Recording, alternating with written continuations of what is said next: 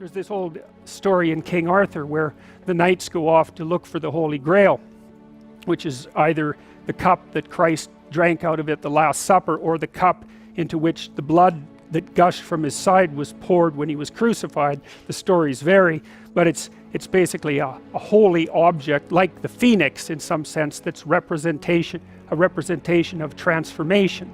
So it's an ideal, and so King Arthur's knights, who sit at a round table because they're all roughly equal, go off to find the most valuable thing. And where do you look for the most valuable thing when you don't know where it is? Well, each of the knights looks at the forest surrounding the castle and enters the forest at the point that looks darkest to him. And that's a good thing to understand, because the gateway to wisdom and the gateway to the development of personality, which is exactly the same thing, is precisely through the portal that you do not want to climb through. And the reason for that's actually quite technical.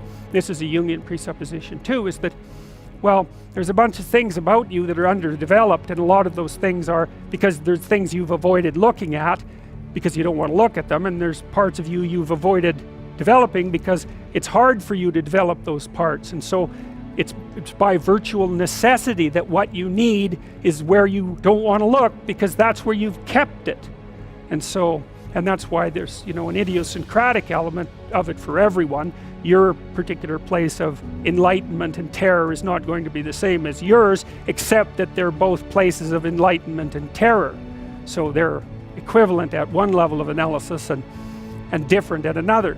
So anyways, back to fiction and what it does. It distills truth, and it produces characters that are composites. And the more they become composites, the more they approximate a mythological character.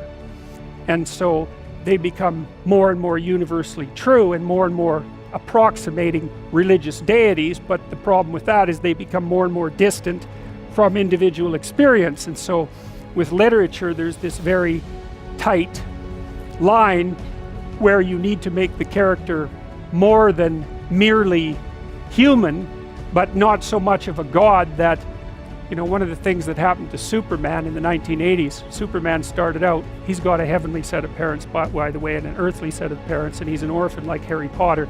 Very common theme is that when Superman first emerged, he could only jump over buildings, and maybe he could stop a locomotive, but by the time the 1980s rolled around, like, he could juggle planets and, swallow hydrogen bombs, and, he could do anything. Well, people stopped buying the Superman comics because how interesting is that? It's like something horrible happens and Superman deals with it.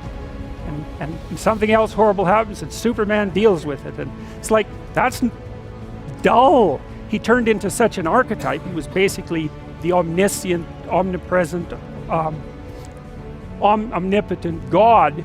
And that's no fun. It's like God wins, and then God wins again, and then again God wins, and so then they had to weaken him in different ways with kryptonite, so green kryptonite kind of made him sick, and red kryptonite, I think, kind of mutated him, if I remember correctly. And anyways, they had to introduce flaws into his character so that there could be some damn plot. And that's something to think about. There's a deep existential lesson in that your being is limited and flawed and fragile. You're like the genie, which is genius in the little tiny lamp, this immense potential, but constrained in this tiny little living space, as Robin Williams said when he played the genie in Aladdin. But the fact that you have limitations means that the plot of your life is the overcoming of those limitations, and that if you didn't have limitations, well, there wouldn't be a plot, and maybe there would be no life. And so that's part of the reason why perhaps you have to accept the fact that you're flawed and insufficient, and live with it and consider it a precondition for being. It's at least a reasonable idea.